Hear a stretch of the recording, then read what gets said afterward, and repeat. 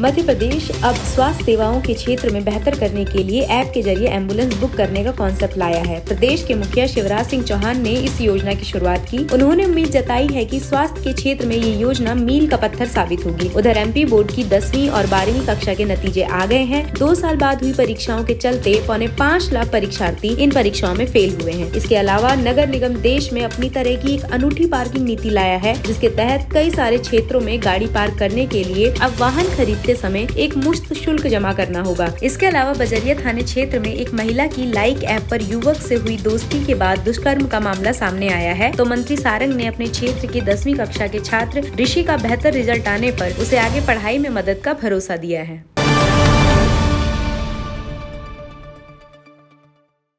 MP में अब मरीजों को बेहतर सुविधा मिले, इसके लिए ऐप से एम्बुलेंस बुक की जा सकेगी। इसके लिए सीएम शिवराज सिंह चौहान ने लाल परेड मैदान में एकीकृत रेफरल ट्रांसपोर्ट सिस्टम के तहत 108 संजीवनी एम्बुलेंस और जननी एक्सप्रेस वाहनों का लोकार्पण किया। सीएम ने इन एम्बुलेंस को हरी झंडी दिखाकर रवाना किया। साथ ही कंपनी के संचालक को मंच पर बुलाकर कहा, ये सेवा का माध्यम है, गड़बड़ी नहीं चलेगी।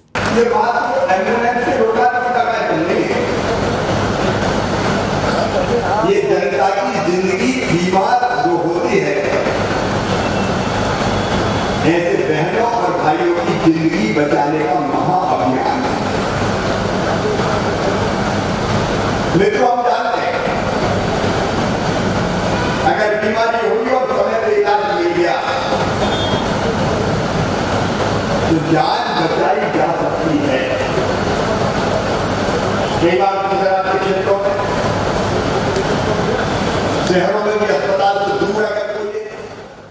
उधर एमपी बोर्ड ने शुक्रवार को 10वीं और 12वीं क्लास के नतीजे घोषित कर दिए हैं। हाई स्कूल परीक्षा में 9,31,379 छात्रों में से 2,87,642 और हायर सेकेंडरी परीक्षा में 4,57,066 पास हैं और 87,429 फेल हो गए। एमपी बोर्ड ने पहली बार रिजल्ट के साथ ही सप्लीमेंट्री परीक्षा की तारीख भी घोषित कर दी। इसके लिए परीक्षा 20 मई से शुरू होगी। मैं पूरे मध्य प्रदेश के विद्यार्थियों को अपनी ओर से यही कहूँगा कि आपने संकट के क्षण में भी अपनी पढ़ाई प्रभावित नहीं होने दी। एक प्रकार से ऐसा संकेत रिजल्ट से जा रहा है, लेकिन निश्चित रूप से यदि कोरोना का प्रभाव नहीं होता तो हमारे प्रदेश के विद्यार्थी आज के इस रिजल्ट में और अव्वल होते और अच्छा परिणाम हमारे सबके सामने आता। आज हायर सेकेंडरी के जो परिणाम रहा है, 6,97,880 विद्यार्थियों में से जो आए हैं परिणाम 72.72% और हाई स्कूल में 10,29,698 विद्यार्थियों में से जो परिणाम आया है 59.54% परिणाम ये रहा है स्कूल का। प्रवीण सूची में 93 छात्राओं एवं 60 छात्रों कुल 153 ने स्थान पाया है। और विशेष बात यह है, हाई स्कूल में दमोह नंबर 1 पर आया है और अलीराजपुर नंबर 2 पर आया है। यानी नंबर 1 और 2 आपस में ही एक्सचेंज जैसे हुए हैं।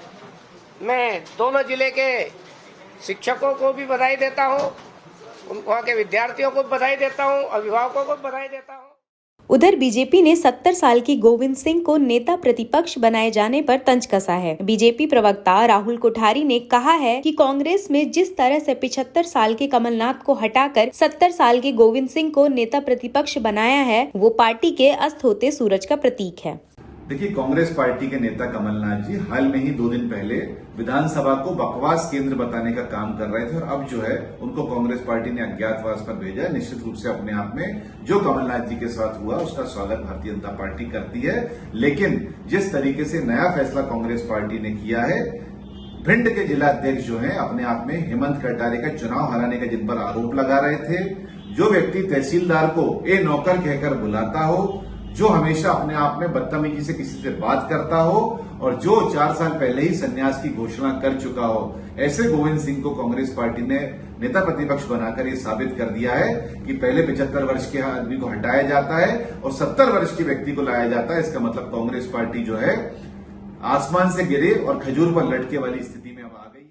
बजरिया थाना क्षेत्र में एक महिला को लाइक ऐप पर किसी अनजान युवक से दोस्ती महंगी पड़ी। हालांकि युवक भी भोपाल का है, जिसने दोस्ती करने के बाद महिला से अकेले में दुष्कर्म किया। इसके बाद जब युवक ने दोबारा से महिला से दुष्कर्म का प्रयास किया तो ये मामला पुलिस तक पहुंचा। बजरिया में एक दुष्कर्म का मामला सामने आया है, जिसमें एक शादीशुदा महिला लॉकडाउन के समय में लाइकी करके एक ऐप आता है, जिसमें उस महिला की दोस्ती एक पुरुष से हुई थी और दोस्ती बढ़ने के बाद में उनकी बातचीत बढ़ी, जिसके बाद में उनका मिलना जुलना बढ़ गया था। महिला का ये कहना है कि जो पुरुष है उसने उसके साथ धमकी देकर उसके साथ ज़बरदस्ती संबंध बनाए और कई बार इस प्रकार के संबंध बनाए। दोबारा जब ये कुछ दिन पहले परसों के दिन में संबंध बनाने की कोशिश कर रहा था तो इसने मना किया, इसने उसको भगा दिया और इसने फाइनली हिम्मत करके अपने पति को बताया। तो फिर उस दिन पति ने पत्नी को ला करके शिकायत कर दी। नरेला विधानसभा में एक निजी स्कूल में पढ़ने वाला ऋषि कुशवाहा 98% से ज्यादा अंकों के साथ पास हुआ है। इसी खुशी को मंत्री विश्वास सारंग ने खुद ऋषि के घर जाकर बांटा। सारंग ने ऋषि को मिठाई खिलाई, गुलदस्ता दिया और उसकी आगे की पढ़ाई में मदद का भरोसा भी दिया है। बता दें, ऋषि की मां एक आशा कार्यकर्ता हैं। ऐसे में उसकी इस उपलब्धि पर स्थानीय विधायक और मंत्री सारंग ने भी खुशी जताई है। आज हमारे क्षेत्र के लिए खुशी का दिन है। हमारे क्षेत्र का बच्चा ऋषि कुशवाहा ने 10th में 98.2% प्राप्त किए हैं। मेरे क्षेत्र में रहता है और MM हाई स्कूल जो हमारे क्षेत्र में ही है उसका विद्यार्थी है। आज मैंने स्वयं आकर उसे बधाई दी है, उसे बुके दिया, गुलदस्ता दिया, उसे मिठाई खिलाई। और जब मैंने उससे ऋषि से पूछा कि वो क्या बनना चाहता है तो उसने कहा है कि वो डॉक्टर बनना चाहता है। तो आज मैंने ये भी घोषणा की है कि ऋषि को आगे की पढ़ाई के लिए जो भी ज़रूरत पड़ेगी, किसी भी तरह की कोचिंग की जरूरत होगी तो वो मैं मुहैया कराऊंगा। नगर निगम भोपाल देश में पहली और अब तक की अनूठी पार्किंग नीति लेकर आया है। इसके तहत गाड़ी खरीदते समय एक मुश्त शुल्क देकर आप पूरे शहर की अधिकांश पार्किंग में आप गाड़ी खड़ी कर सकते हैं। केवल प्रीमियम और मल्टी लेवल पार्किंग में ही अब पैसा देना होगा। आयुक्त KVS चौधरी की माने तो ये अनूठी पॉलिसी आम जनता को ध्यान में रखकर बनाई गई है। नगर पालिका निगम भोपाल द्वारा मई 1, 2022 से नया पार्किंग पॉलिसी लाया जा रहा है। इसमें मई 1, 2022 से जो निर्धारित पार्किंग स्थल है ऑलमोस्ट 50 के आसपास है, उनमें किसी प्रकार का पार्किंग शुल्क नहीं लगेगा। मात्र मल्टी लेवल पार्किंग एवं प्रीमियर पार्किंग जो न्यू मार्केट के पास चिन्हित किया गया है उन्हीं में पार्किंग शुल्क लगेगा।